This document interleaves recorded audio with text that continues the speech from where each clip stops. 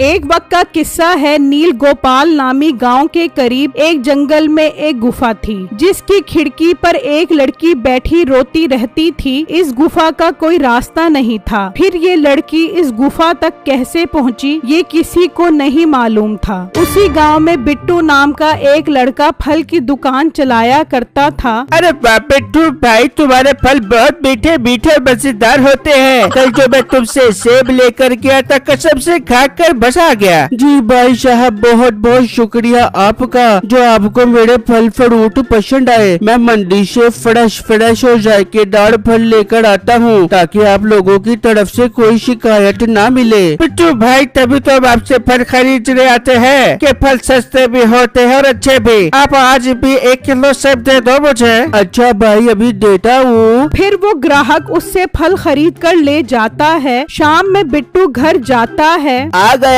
मेरा कबाऊ पूत, सारा दिन मेहनत करता है मेरा बेटा। जी अब्बू जान, अगर मेहनत नहीं करूँगा तो कमाऊंगा कैसे, इसलिए मैं दिन रात एक करके मेहनत करता हूँ। जा मेरा बेटा अंदर जाकर आराम कर ले, बहुत थक गया होगा। फिर बिट्टू अंदर चला जाता है। उसी गांव में मीठे नाम का लड़का अपने माँ बाप और बीवी के साथ रहता था। मीठे बगैरत के बच्चे, तू कोई काम करेगा क्या नहीं करेगा? अपना भी जीना मुश्किल किया हुआ है और हमारा भी। और कर अपने बेटे की ख्वाहिशें पूरी। मैं तो कहती हूँ रिक्शा लेकर दो, चलाकर हमारे लिए रोटी का बंदोबस्त करेगा। बस हर वक्त इसी फिक्र में रहना के मीठा पैसे कमा कर तुम्हारे पेट में खाना डाल दे। ओ अम्मा, ये रिक्शा चलाने वाला मशवरा तो अपने पास रख। तेरा बेटा एक दिन सुपरस्टार बनेगा, सारी दुनिया में तेरे बेटे के चर्चे होंगे। बस कर दे मीठे, इतनी लंबी लंबी न छोड़ा कर। तेरी वीडियो पे तो एक भी व्यू नहीं आता, एक भी व्यू नहीं आता। और सारा दिन वीडियो तो ऐसे बनाता रहता है जैसे दुनिया तेरा मुंह देखने के लिए तरस रही हो। अरे अब्बा, कर ले जितनी बातें करनी है तूने। तेरे बेटे ने अभी नेटफ्लिक्स पर अकाउंट बनाया है, थोड़ा टाइम लगता है फेमस होने में। हाथ जोड़ती हूँ तेरे आगे, हमारे मरने से पहले फेमस हो जाए। ये नहीं सुधरेगा।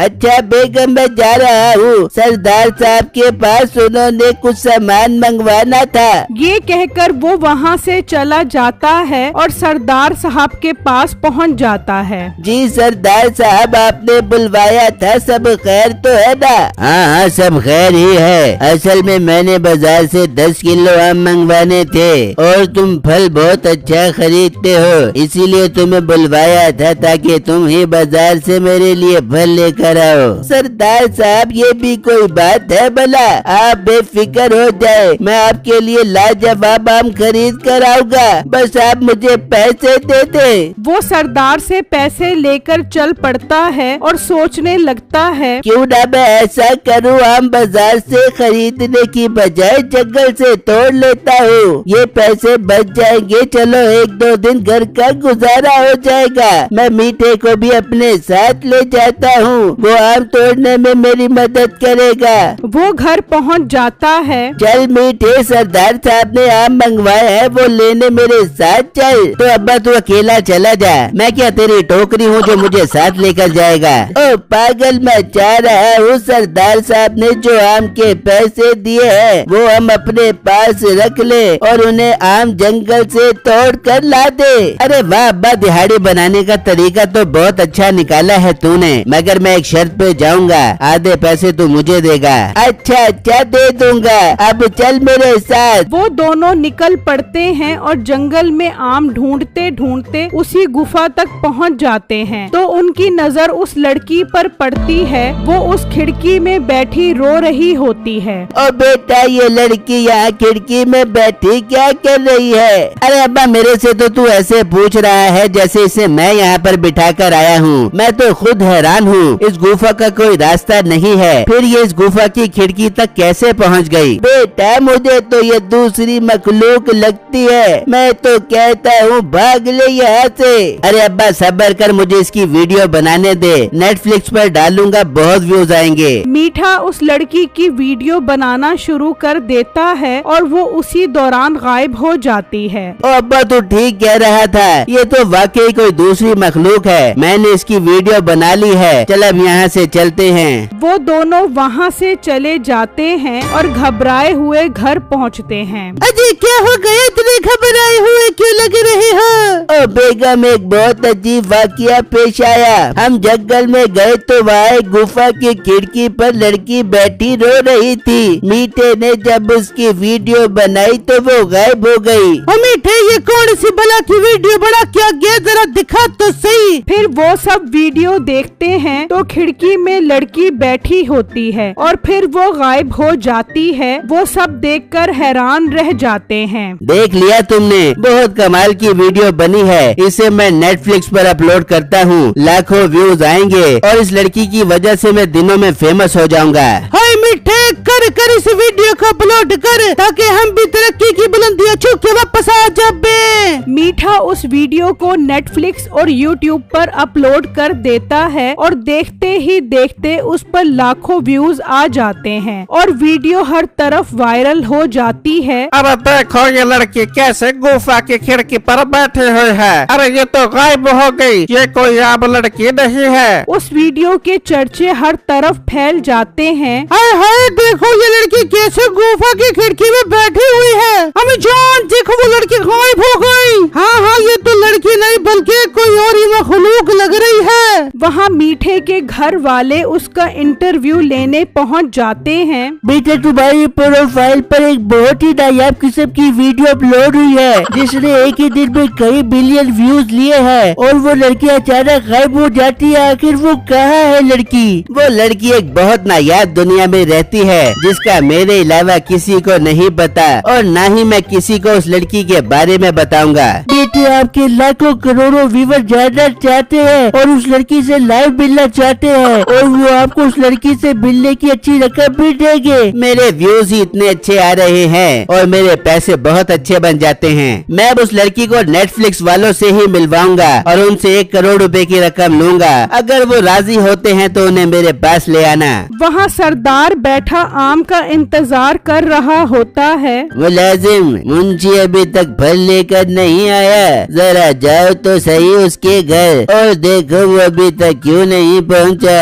सरदार के मुलाजिम निकलते हैं और उनके घर पहुंच जाते हैं तो वहाँ न्यूज रिपोर्टर को देखकर वो हैरान रह जाते हैं। अरे अंकल, सरदार साहब पूछ रहे हैं आप अभी तक आम क्यों नहीं लेकर आए। ओ हेलो, मेरी बात सुनो, तुम्हें नजर नहीं आ रहा यहाँ न्यूज रिपोर्टर खड़े हैं और तुम मुंह उठाकर आ गए हो। हम आम का पूछने आए हैं जो सरदार साहब ने मंगवाए थे। हमें कोई शौक नहीं है यहाँ पर आने का, जल्दी बताओ आम कहाँ पर हैं? हमने आम के पैसे उस मोटे बिट्टू फल वाले को दिए थे। वो कह रहा था मैं खुद सरदार साहब के पास लेकर पहुँच जाऊंगा। जाओ खुद ही जाकर उससे ले लो और आज से मेरा अब्बा तुम्हारे सरदार के पास मुंशीगिरी नहीं करेगा। अब हम बहुत बड़े लोग बन गए हैं। मुलाजिम ये सुनकर वहाँ से चले जाते हैं और आकर सरदार को बताते हैं। क्या उसने पैसे उस फल वाले को दिए हैं? चलो उस फल वाले के पास चलो।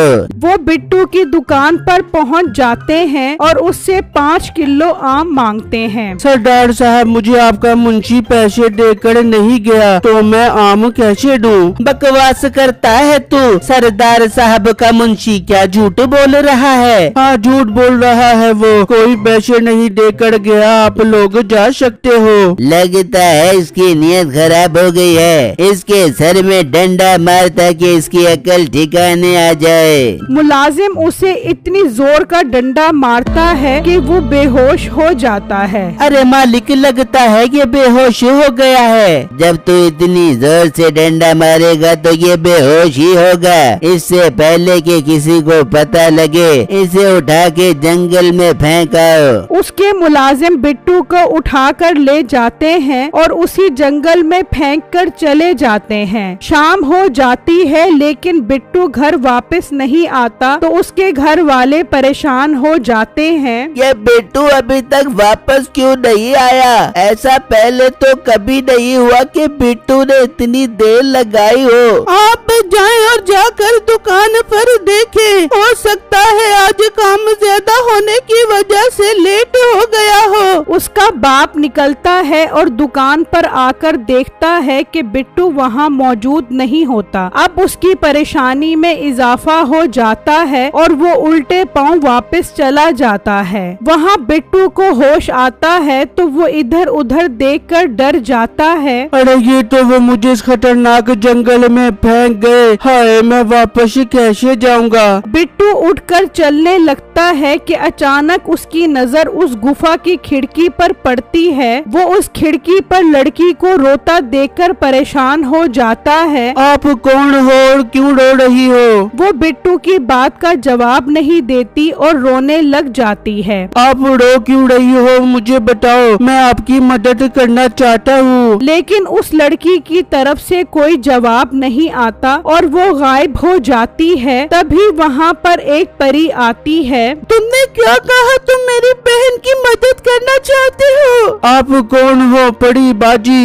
जिस लड़की की तुम मदद करना चाहते हो मैं उसकी बहन हूँ और उसे जादूगर ने कैद कर लिया है और उसे कोई भी नहीं छुड़वा सकता। और अब तो लोग मेरी बहन की बेबसी का फायदा उठाकर उसकी वीडियो बनाकर पैसे भी कमा रहे हैं। इन्हें ये नहीं पता कि ये कितनी मुश्किल में है। वो जादूगर ने हर रोज इसका खून चूसती है। बड़ी बाजी आप परेशान मत हो, मैं मदद करूंगा। आखिर कोई तो रास्ता होगा उस जादूगरनी की कैद से आजाद करवाने का। लड़की, इसमें बहुत खतरा है, तुम्हारी जान भी जा सकती है। मुझे अपनी जान की कोई परवाह नहीं है। आप मुझे रास्ता बताओ, मैं अपनी पूरी जान लगा दूंगा। तो फिर सुनो, वो जादूगरनी इसी गुफा के अंदर रहती है और इस गुफा का रास्ता इस दीवार में है। मैं वो रास्ता खोल तो सकती हूँ मगर अंदर नहीं जा सकती। पर आप अंदर क्यों नहीं जा सकती? क्योंकि मैं इंसान नहीं हूँ, अंदर सिर्फ इंसान ही जा सकता है। मैं अगर अंदर गई तो फौरन अपनी बहन की तरह उसकी कैद में चली जाऊंगी। बड़ी बाजी आप परेशान मत हो, बस गुफा का दरवाजा खोलो, बाकी सारा काम मैं करूँगा।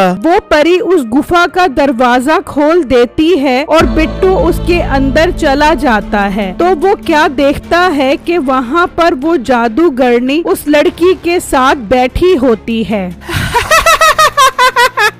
बहुत मजा आता है मुझे तेरा खून पीने का। बस एक दफा तेरी बहन भी मेरे हाथ लग जाए तो फिर मैं तुम दोनों का खून पिया करूंगी। मैंने अपनी जादुई लाठी से दरवाजे में हसार बनाया हुआ है। जैसे ही तेरी बहन तुझे बचाने के लिए आएगी वो फौरन मेरी कैद में आ जाएगी। आप ऐसा क्यों कर रही हैं? आप मेरा खून पी लेती हैं, यही काफी नहीं है? मैं और ताकतवर होना चाहती हूँ और ऐसा तेरी बहन का खून पीने से मुमकिन होगा। मैं भी ताकतवर हो जाऊंगी और मेरी लाठी भी, जिसमें मेरी जान है। उस लड़की की नजर बिट्टू पर पड़ जाती है लेकिन वो उसे चुप करवा देता है। अच्छा, तो जादूगरनी की ताकत इस लाठी में है, मतलब मुझे ये लाठी जलानी पड़ेगी। बिट्टू वापस बाहर आ जाता है और परी को सारी बात बता देता है तो वो खुश हो जाती है। शुक्र है हमें कोई उम्मीद तो नजर आई, मगर हम उस लाठी को जलाएंगे कैसे? बड़ी बाजी मेरे पास एक हल है। मैं कल नींद की गोली लेकर आऊंगा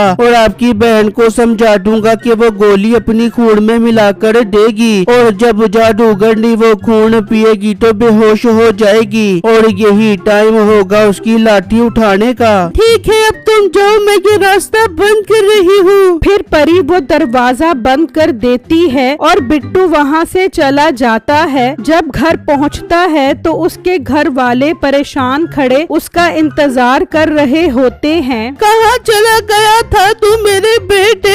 बिट्टू उन्हें सारी बातें बताता है जिसे सुनकर वो सब भी हैरान हो जाते हैं। पर बेटा बेटा अब तू वहाँ पर मत जाई, वो जादूगरनी तुझे नुकसान भी पहुँचा सकती है। अब्बू जान मुझे अपनी जान की फिक्र नहीं है, परी और उसकी बहन बहुत मुश्किल में है, अब मैं उनकी मदद किए बगैर नहीं रह सकता। बेटा तू नेक काम कर रहा है, अल्लाह तेरी मदद करेगा। फिर जब अगला दिन निकलता है तो नेटफ्लिक्स वाले मीठे के घर पहुंच जाते हैं। हम नेटफ्लिक्स की तरफ से आए हैं, तुम्हारी उस वीडियो ने पूरी दुनिया में तहलका मचा दिया है, तुम हमें उसकी एक और वीडियो ला कर दो, हम तुम्हें 1 करोड़ रुपए देंगे। अरे वाह नेटफ्लिक्स वाले अंकल, आपने मेरा दिल ही खुश कर दिया। मैं कल वो वीडियो बना लूंगा, आप कल आकर वो वीडियो ले जाना और तुम्हें कल 1 करोड़ भी मिल जाएंगे। फिर जब रात होती है तो बिट्टू वहाँ पहुँच जाता है और उस लड़की को कहता है, ये नींद की गोली है, जब मैं इसे अंदर रखूं तो तुम इसे अपने खून में मिलाकर जादूगरनी को पिला देना। तभी परी आ जाती है और वो रास्ता खोल देती है। बिट्टू अंदर चला जाता है, जादूगरनी अपने जादू में मसरूफ होती है और वो लड़की आती है और गोली उठाकर उस बर्तन में डाल देती है और वापस जाकर बैठ जाती है। चलनी प्याला लेकर आ, मैंने तेरा खून पीना है। लड़की प्याला लेकर आती है और उसे साथ रख देती है। जादूगरनी उसके हाथ पर वार करती है और खून निकलकर उस प्याले में गिरने लग जाता है। फिर चुड़ैल जैसे ही खून पीती है तो बेहोश हो जाती है। बिट्टू आता है और उसकी लाठी उठाकर आग में डाल देता है तो साथ ही उस जादूगरनी को भी आग लग जाती है और गार रोशन हो जाता है। मुझे अंदर की रोशनी बता रही है कि जादूगरनी का काम तमाम हो गया है। तभी बिट्टू और वो लड़की बाहर आ जाते हैं। मेरी बहन तुम आजाद हो गई, मैं आज बहुत खुश हूँ। ये सब उस लड़के की वजह से हुआ है जिसने जादूगरनी को मारकर मुझे और तुम्हें उसके चुंगल से बचा लिया है। बहन तुम्हें पता है तुम नेटफ्लिक्स पर बहुत फेमस हो गई हो, पूरी दुनिया तुम्हें जानती है। हाँ एक लड़का आया था, वो मेरी वीडियो बनाकर ले गया और मुझे बहुत दुख हुआ कि मैं इतनी मुश्किल में थी और उसको पैसे कमाने की फिक्र लगी हुई थी। हाँ कुछ लोग होते हैं जिन्हें लोगों की परेशानी से कोई गर्ज नहीं होता, बस पैसे कमाना ही उनके लिए सब कुछ होता है। अच्छा बिट्टू तुम्हारा बहुत शुक्रिया जो तुमने हमारी मदद की, अब हम जा रहे हैं, तुम्हें जब भी हमारी जरूरत पड़े बस परी कहकर आवाज देना, हम आ जाएंगी। ये कहकर वो दोनों वहाँ से चली जाती हैं और बिट्टू भी घर आ जाता है। फिर जब अगला दिन निकलता है तो मीठा खुशी खुशी मोबाइल लेकर जंगल की तरफ निकल जाता है, लेकिन जब वो वहाँ पहुँचता है तो गुफा का दरवाजा खुला होता है और उसकी खिड़की पर कोई लड़की नहीं बैठी होती। वो गुफा के अंदर चला जाता है, वहाँ देखता है कि लड़की का नामो निशान नहीं होता। वो समझ जाता है कि अब वो लड़की यहाँ से आजाद होकर चली गई है और वो मुंह लटकाए वापस आ जाता है। और जब वो घर पहुँचता है तो नेटफ्लिक्स वाले उसका इंतजार कर रहे होते हैं। आओ लड़की वीडियो बनाकर आ गए हो उस लड़की की। अरे नहीं नेटफ्लिक्स वाले अंकल, वो लड़की तो अब वहाँ मौजूद ही नहीं है। ये तुम क्या कह रहे हो? उसकी वीडियो नेटफ्लिक्स पर ट्रेंड में है, हमें उस लड़की की वीडियो हर सूरत में चाहिए। तभी एक लड़का भागा हुआ आता है। भाई एक लड़का है जो कह रहा है कि वो लड़की को चाहता है, वो कोहिस्तान की परी है, वो उन्हें बुला सकता है। चलो हमें उसके पास ले चलो। वो सब वहाँ से निकल पड़ते हैं और बिट्टू के घर पहुँच जाते हैं। ये मोटा तो फल बेचता है, ये कहाँ से उस लड़की को जानता होगा? जी मैं उस लड़की को जानता हूँ और मेरे एक इशारे पर वो यहाँ आ जाएगी। बुलाओ उन्हें, पूरी दुनिया उन्हें देखने के लिए तरस रही है। अगर तुमने उसे बुला लिया तो मैं तुम्हें पूरे 1 करोड़ रुपए दूंगा। ठीक है मैं बुला लेता हूँ। फिर बिट्टू उन्हें आवाज लगाता है, परियो यहाँ आओ, मेरी बात सुनो। ये कहने की देर होती है कि वो दोनों लड़कियां हाजिर हो जाती हैं। सब उसे देखकर दंग रह जाते हैं। कैमरे चालू करो और इन लड़कियों की वीडियो नेटफ्लिक्स पर लाइव करो। उनकी वीडियो बनना शुरू हो जाती है। देखो देखो वो लड़की फिर लाइव हो गई है। ये तो वही लड़की है जो गुफा की खिड़की पर बैठी थी। ये तो एक परी है। सरदार भी ये वीडियो देख रहा होता है। ये क्या, ये तो इन लड़कियों के साथ वही फल वाला लड़का है जिसे हमने जंगल में फेंका था। चलो इसके घर चलो। वो भी उसके घर की तरफ निकल जाते हैं। आपको कैसा लग रहा है? आप इन मशहूर परियों के साथ खड़े हो और आपको नेटफ्लिक्स की तरफ से 1 करोड़ रुपए भी दिए जा रहे हैं। मुझे बहुत अच्छा लग रहा है। सच पूछो तो मैंने कभी इस तरक्की के बारे में नहीं सोचा था। बंद करो ड्रामा। ये लड़का तो मेरे 10 किलो आम के पैसे खा गया और आप लोग इसे 1 करोड़ रुपए दे रहे हो। अरे नहीं सरदार साहब, इसने कोई पैसे नहीं खाए, बल्कि वो पैसे मेरे अब्बा ने अपने पास रख लिए थे। ये लड़का बेकसूर है। बेटू मेरे भाई, मैंने अपनी जान पर खेलकर सच बता दिया है और तुम्हें बेगुनाह साबित कर दिया है। अब तुम मुझे इस 1 करोड़ में से 50 लाख रुपए देना। तुम दोनों के झूठ की वजह से मैंने इस लड़के को डंडा मारकर जंगल में फेंकवा दिया और वहाँ इन्हें ये लड़कियाँ मिली हैं, इसलिए इस 1 करोड़ में मेरा भी हिस्सा है। अपनी बकवास बंद करो। तुमने अपना गुनाह कबूल कर लिया है। तुम्हारे जेल जाने के लिए यही काफी है। मैंने तो अपना गुनाह कबूल नहीं किया और तुम्हारे पास क्या सबूत है? तुम सबका जुर्म इस पूरे नेटफ्लिक्स पर लाइव चल रहा है और तुम सबने अपना जुर्म कबूल कर लिया है। पुलिस भी बस आती होगी। इतनी देर में पुलिस आती है और उन सबको पकड़कर ले जाती है। बिट्टू को इस वीडियो का 1 करोड़ मिलता है और वो परियां वापस अपनी दुनिया में चली जाती हैं।